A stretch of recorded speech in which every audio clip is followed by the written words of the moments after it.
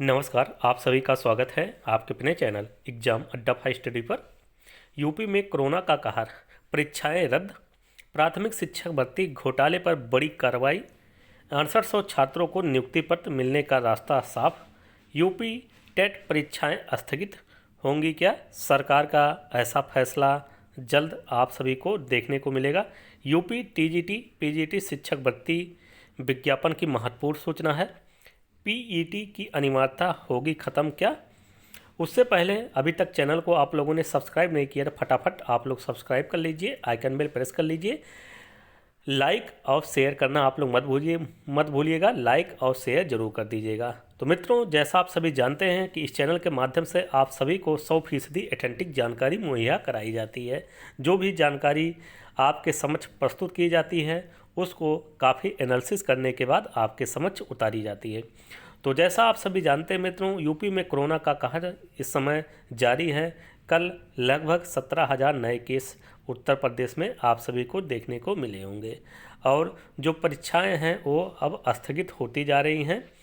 और दूसरी तरफ बात की जाए तो जो प्राथमिक शिक्षक भर्ती में घोटाले पर बड़ी कार्रवाई हो गई है और कार्रवाई किस तरीके से हो गई है आप सभी को ये जानना भी अति आवश्यक है। पॉलिटेक्निक की परीक्षाएं स्थगित, 20 से नहीं होगी। कोरोना के बढ़ते मामलों का असर पॉलिटेक्निक की परीक्षाओं पर भी पड़ा है। प्राविधिक शिक्षा परिषद ने पॉलिटेक्निक की विषय सेमेस्टर परीक्षाएं को स्थगित कर दिया है। विषय सेमेस्टर की परीक्षाएं 20 जनवरी से शुरू होने वाली थी। पढ़ाई की व्यवस्था को भी बदला गया है। प्राविधिक शिक्षा परिषद ने परीक्षा में शामिल होने वाले सभी छात्रों की नामावली और रोल नंबर भी कॉलेजों के लिए उपलब्ध करा दिए थे। विषय सेमेस्टर प्रथम, तृतीय व पंचम और विषय और विशेष बैक पेपर परीक्षा वाले छात्रों के नॉमिनल रोल कॉलेजों के लॉगिन में अपलोड कर दिए गए थे। इसी बीच कोरोना के बढ़ते मामलों में परीक्षा पर संकट खड़ा कर दिया है। ऑनलाइन परीक्षा 22 जनवरी से शुरू कराने का फैसला लिया गया था। राजकीय चरम संस्थान के प्रबंधचार सैयद हसन अब्बास के अनुसार कोरोना के बढ़ते मामलों के कारण परीक्षा स्थगित कर दी गई है।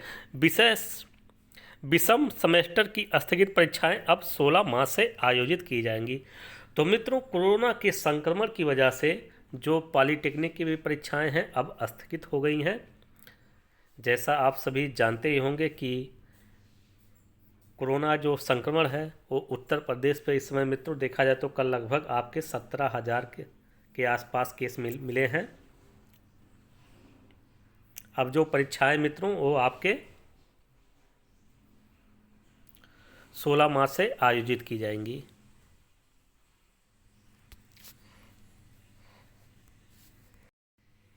अब बात करते हैं मित्रों सुत्ता सिंह की। इस नाम से तो मित्रों आप सभी वाकिफ़ होंगे। 68,500 भर्ती को आप लोग याद कर लीजिएगा, सुत्ता सिंह ही है कि जिस तरीके से रातों रात आपके काफिया चेंज हो गई थी। भर्ती में शिथिलता पर सुत्ता सिंह पर कार्रवाई। परिषदीय प्राथमिक स्कूलों में 68,500 सहायक अध्यापक भर्ती में शिथिलता बरतने पर तत्कालीन सचिव परीक्षा नियामक प्राधिकारी और वर्तमान में राज्य शैक्षिक प्रबंधन एवं प्रशिक्षण संस्थान सीमैट की निदेशक डॉक्टर सुत्ता सिंह को शासन ने परिनिर्दित किया है। यह एक प्रकार का अनुशासनात्मक कार्रवाई है जिसमें उनके प्रमोशन पर असर पड़ेगा। 68,500 शिक्षक भर्ती का परिणाम 13 अगस्त 2018 को घोषित होने के बाद से अभ्यर्थी मूल्यांकन पर सवाल उठाने लगे थे। 31 अगस्त को हाईकोर्ट की लखनऊ बेंच ने सोनिका देवी की कॉपी बदलने की पुष्टि होने के बाद अभ्यर्थी का दावा सही साबित हो गया। उसके बाद एक अभ्यर्थी अंकिता वर्मा को 122 की जगह 22 नंबर मिलने की पुष्टि हुई। 2 अभ्यर्थियों के बिना परीक्षा दिए पास होने और 21 अन्य अभ्यर्थियों के फेल होने के बावजूद उन्हें पास किए जाने का खुलासा हुआ था। गड़बड़ी सामने आने के बाद शासन ने उस समय सचिव रही डॉक्टर सुत्ता सिंह को निलंबित करते हुए जांच के आदेश दिए थे। मित्रों, ऐसे अधिकारियों को जांच कुछ नहीं, सीधे इन ऐसे अधिकारियों को उठाकर जेल में डाल देना चाहिए और जो इनकी सेवा रहती है उसको तुरंत समाप्त कर देनी चाहिए और आजीवन कारावास ऐसे मतलब अधिकारियों को देनी चाहिए।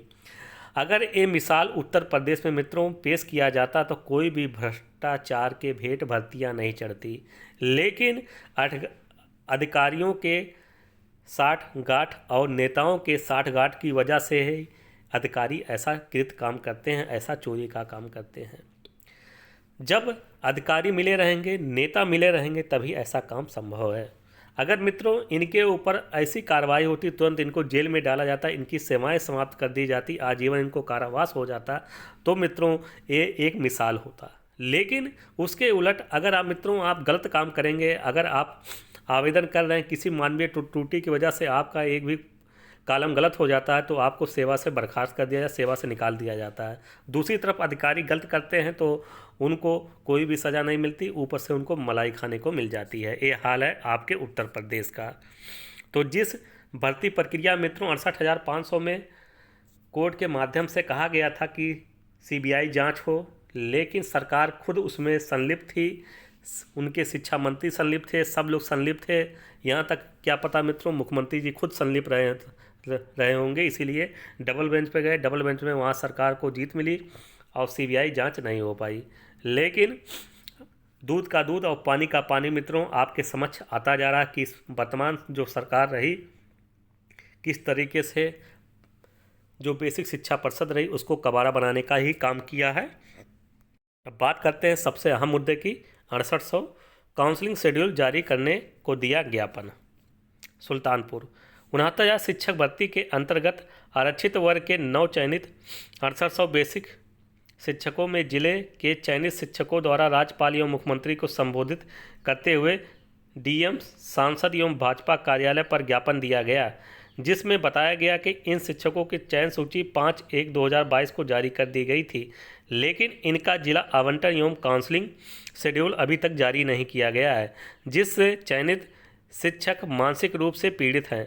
शिक्षकों द्वारा शीघ्र ही जिला आवंटन सूची व काउंसलिंग शेड्यूल जारी करके नियुक्ति पत्र देने की मांग की गई थी।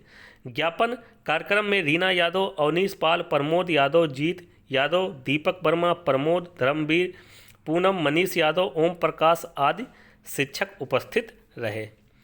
तो दोस्तों मेरा भी यही मानना है कि जल्द से जल्द जो 6800 पदों पर लिस्ट आई है हमारे सभी भाइयों बहनों को नियुक्ति पत्र मिल जानी चाहिए, क्योंकि देर से मिला न्याय भी अन्याय के बराबर होता है।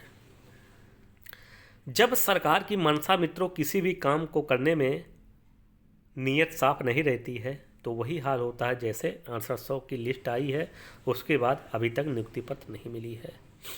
लेकिन दूसरी तरफ शिक्षा मंत्री जी कह रहे हैं कि हम चुनाव आयोग से परमिशन लेने की कोशिश कर रहे हैं, जैसे ही चुनाव आयोग से मुझे परमिशन मिलता है तुरंत काउंसलिंग और नियुक्ति पत्र दे दी जाएगी। लेकिन हम सरकार से एक सवाल पूछना चाहते हैं, क्या आप इतने पारदर्शी होते अब तक 1 साल पहले ही हमारे सभी भाइयों बहनों को नियुक्ति पत्र मिल जाती। लेकिन हमारा विनम्र निवेदन है सरकार से भी, शिक्षा मंत्री जी से भी, चुनाव आयोग से भी कि हमारे 6800 भाइयों को जल्द से जल्द नियुक्ति पत्र मिल जाए, तभी कुछ हो पाएगा, क्योंकि न्याय न्याय होता है। अब बात करते हैं जो आपके रोज़गार को दिन प्रतिदिन सरकार ख़त्म करती जाते, सरकारी नौकरी के जो पद हैं उसको ख़त्म करती जा रही है। रेलवे गार्ड के 32,000 पद समाप्त। नई दिल्ली केंद्र ने शुक्रवार सर्कुलर जारी कर रेलवे के गार्ड के 17 साल पुरानी मांग को मानते हुए उनको नया पद नाम ट्रेन मैनेजर दे दिया। इससे गार्ड बिरादरी खुश हैं, लेकिन हकीकत यह है कि सरकार ने गार्ड के 32,000 पद समाप्त कर दिए हैं। तो मित्रों आपको समझने वाली बात है, समझिए आप किस तरीके से पल भर में 32,000 पद समाप्त कर दिए गए। 32,000 यानी 32,000 लोगों को सरकारी नौकरी मिल सकती थी, केंद्र सरकार ने पल भर में 32,000 लोगों को बेरोजगार कर दिया। दुख है, महादुख है। क्या किया जाए जब हम और आप लोगों ने मिलकर ऐसे लोगों को सत्ता में विराजमान किया है हम भी चाहे थे, आप भी चाहे थे कि सर जी आएंगे और देश को खुशहाल करेंगे, रोज लोगों के हाथ में रोज़गार होगा, लोगों के हाथ में सरकारी नौकरियां होंगी। ये नहीं पता था कि हमारे हाथों से 32,000 करके नौकरियां छीनती जाएंगी। अब बात करते हैं मित्रों सबसे मार्मिक खबर की। कोरोना काल में 1.5 लाख बच्चों ने अभिभावक खोए। मित्रों 1.5 लाख लोगों ने अपने माता पिता को खो दिया। 1.5 लाख लोगों ने अपने माता पिता को कोरोना काल में खो दिया। ये हाल है आपके सब समाज का, क्योंकि हम मित्रों आपसे कहना चाहते हैं कि आप लोग घर से बाहर निकलिए तो मास्क ज़रूर लगाइए, क्योंकि सरकार आप 1.5 लाख मरेंगे, 2.5 लाख मरेंगे, करोड़ों में मरेंगे, लेकिन सरकार के ऊपर कुछ प्रभाव नहीं पड़ने वाला है। लेकिन कुछ भी आपको हो जाता है, आपके परिवार के ऊपर जो प्रभाव पड़ेगा, जो कुठारा घाट होगा, उसका मित्रों कोई भी सरकार या कोई भी शख्स आपके कष्ट को नहीं हर पाएगा। तो इसीलिए आप लोग घर से बाहर निकलिए, काम रहे तभी निकलिए, अपने परिवार के बीच में रखिए, परिवार के बीच में रहिए, उनका ख्याल रखिए।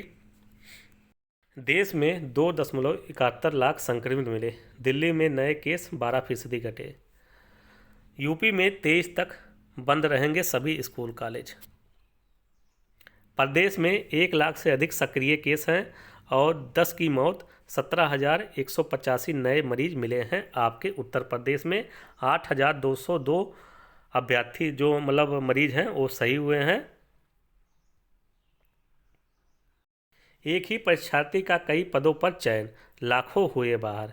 इस तरीके से आपके घोटाला हुआ। इंटर लेवल की सीटों पर 80% स्नातक के पात्रों का कब्जा। एक अभ्यर्थी 2 से 3 छात्रों का पद खा गए। तो यह हाल है आपके आरआरबी एनटीपीसी का जो रिजल्ट आउट हुआ, किस तरीके से महा स्कैम हुआ है, आप सभी को जानना अति।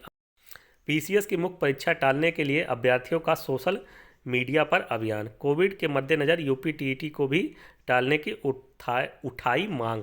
प्रतियोगी छात्रों ने मांग की कि तेजी से बढ़ रहे कोविड के मामलों को देखते हुए 23 जनवरी को प्रस्तावित उत्तर प्रदेश शिक्षक पात्रता परीक्षा यूपी टीईटी को भी टाल दिया जाए। अगर सरकार इतना ही संजीदा है तो पहले आप सुपर टेट का विज्ञापन जारी कर दीजिए, उसके बाद यूपी टेट करा दिए। क्या तुरंत यूपी टेट के बाद कोई भी आप सुपर टेट की वैकेंसी जारी करने जा रहे? नहीं।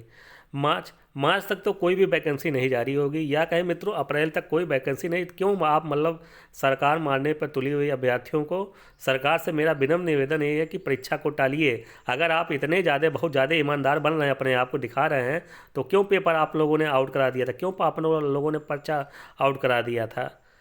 और जो अभ्यर्थी लगभग 3 साल 4 साल से मांग कर रहे हैं नई प्राथमिक शिक्षक भर्ती की, आप लोगों ने नई भर्ती क्यों नहीं दी है? बहुत दिखावा मत करिए, ठीक है। अब यूपी की जनता जान चुकी है कि आप किस तरीके से बरकरार रहे थे। 5 साल में आप लोगों का घड़ा भर चुका है। अब जाइए जहां आपको जाना है। तो मिला जुला के मित्रों अब तक की अपडेट यही है कि तो दोस्तों ये थी महत्वपूर्ण जानकारी। और बात करते हैं अब पीईटी की अनिवार्यता ख़त्म होगी या नहीं, तो इसके बारे में मित्रों केस जो है डला हुआ, उस पर आर्डर आपका रिजर्व हो चुका है। अब कभी भी इस पर फैसला आ सकता है, क्योंकि जो आपके लेखपाल भर्ती में आवेदन लिए जा रहे हैं, उधर एएनएम में भर्ती में लिए जा रहे हैं, कोई भी मित्रों उसमें पारदर्शिता नहीं दिख रही है कि कितने परसेंटाइल वाले बच्चों को बुलाया जाएगा, कितने परसेंटाइल वाले बच्चों को नहीं बुलाया जाएगा। इससे अभ्यर्थियों में एक रोष व्याप्त है। इसीलिए उन्होंने कोर्ट की तरफ रुख किया है। अब कोर्ट ने अपना जो जजमेंट है उसको सुरक्षित कर लिया है। तो मित्रों ये थी महत्वपूर्ण जानकारी आप सभी मित्रों के लिए। ऐसे जानकारी के साथ चैनल के साथ जुड़िए और इस वीडियो को आप लोग शेयर कर दीजिए। चैनल को आप लोगों का प्यार और सपोर्ट ऐसे मिलते रहना चाहिए। और अभी तक इस वीडियो को आप लोगों ने लाइक नहीं किया तो फटाफट आप लोग लाइक कर दीजिए।